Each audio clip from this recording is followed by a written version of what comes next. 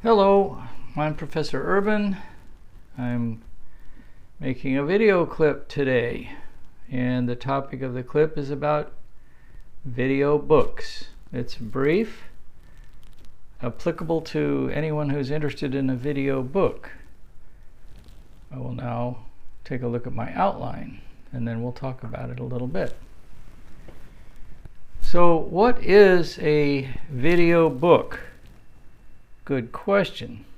Let's see if I can. Oh, it makes it tiny. A video book is newer than a paper and ink book. What do I mean by that? I'll go back to full screen here for myself. What do I mean by that? Well, paper and ink has been around really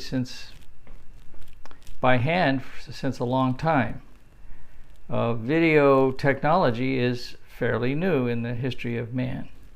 So what do we have to benefit from that?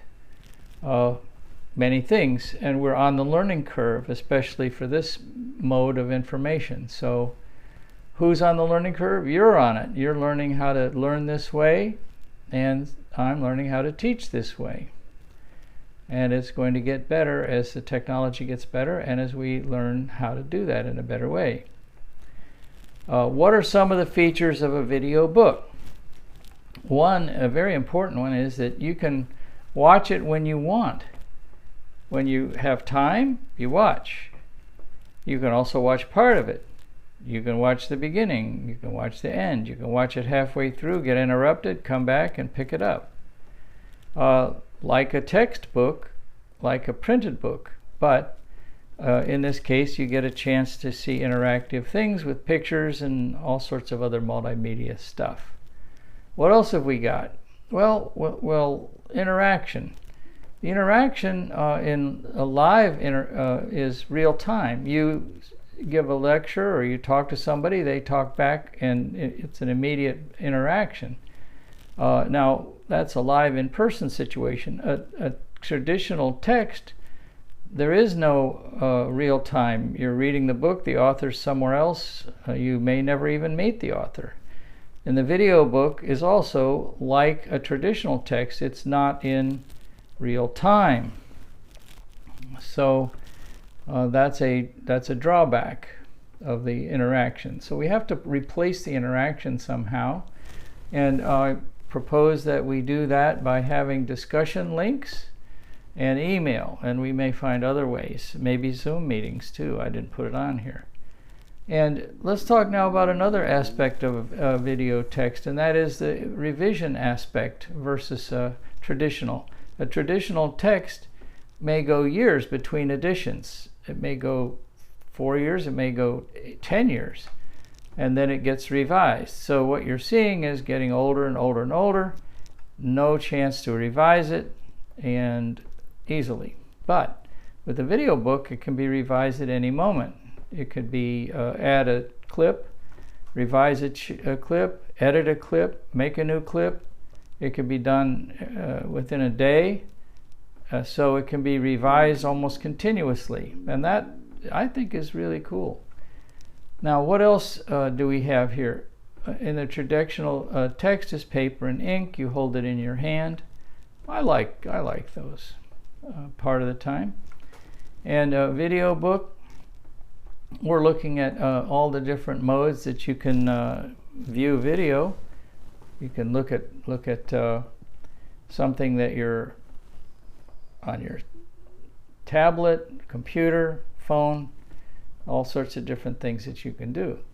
Now, one of the cool things you can do with this type of medium that we have here, which I'm calling a video book, is that we can go ahead and look at things. And here is a thing called an MBOT, and this is not possible in a print book.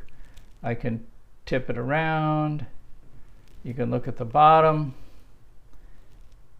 You can see the little motors and the wheels and the little sensor in the front. And then we could put this on the ground somewhere and have it move around, and you could see that. None of that would be possible in a traditional book. But here, it's a piece of cake. And so what does it mean also? The price. A traditional textbook can cost $100 or more than $100 easily, almost $200.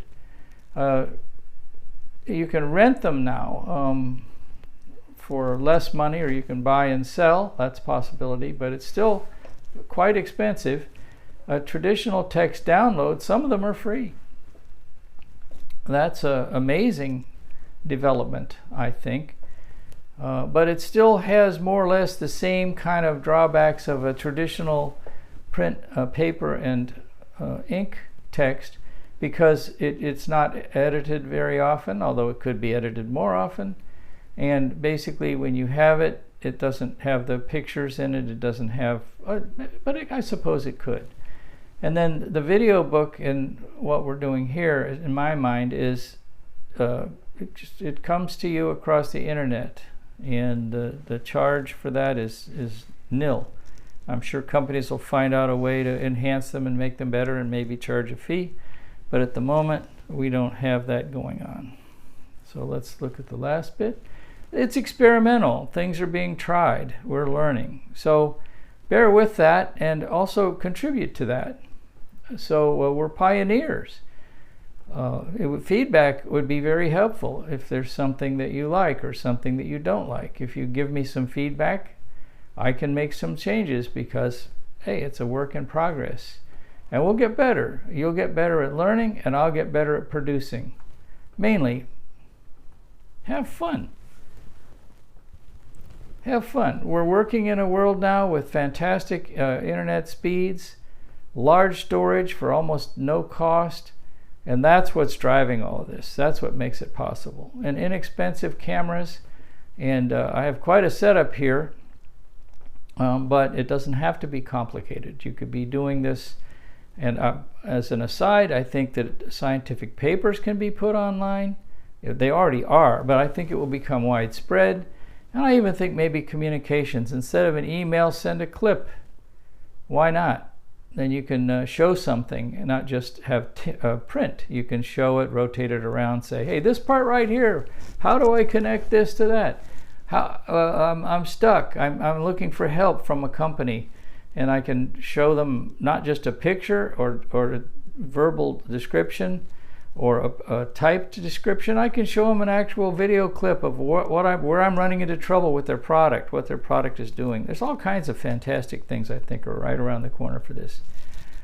So I hope you learned something. It lays the groundwork for the video book, and I've enjoyed it, and I hope you do too.